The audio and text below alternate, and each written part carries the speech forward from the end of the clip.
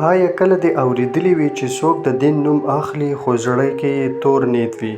نن زه درته د یو داسې پیر کیسه کوم چې د شپږو جینکو عزت یې لوټ کړی و، خو په اخرني انجام یې ډېر عبرتناک شو.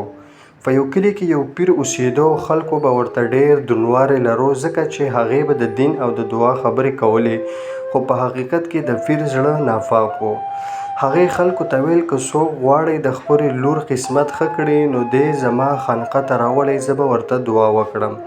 ساده خلکو د خپلو کورونو نه شپږ جینکۍ د پیر صاحب حجرې ته بوتلې، خو هلته د دعا په ځای ظلم روان و.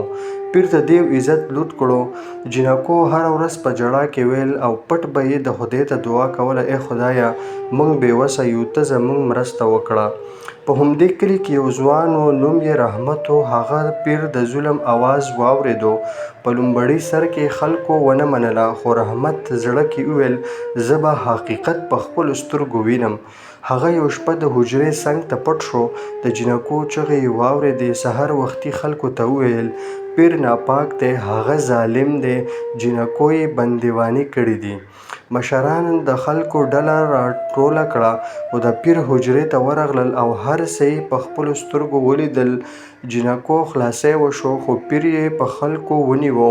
قاضي پرې حکم وکړ: هغه څوک چې د خدای په نوم فریب ورکړي بیا سختې سزا ویني. پیر د خلکو په وړاندې په ذلالت سره مړ شو. خلک تل وایي اصل پیر د هغه دی چې زړه یې پاک وي، نه هغه چې د دین په نوم یوازې د فریب لپاره کار کوي. د خدای په نوم فریب کوونکی آخر رسوا کیږي. که داسې قسمه ستاسو زموږ چینل ویډیوز خوښیږي نو زموږ چینل یوټیوب لایک کړئ، سبسکرایب کړئ او بیل آیکن کلیک کړئ. الله مو خوشحاله او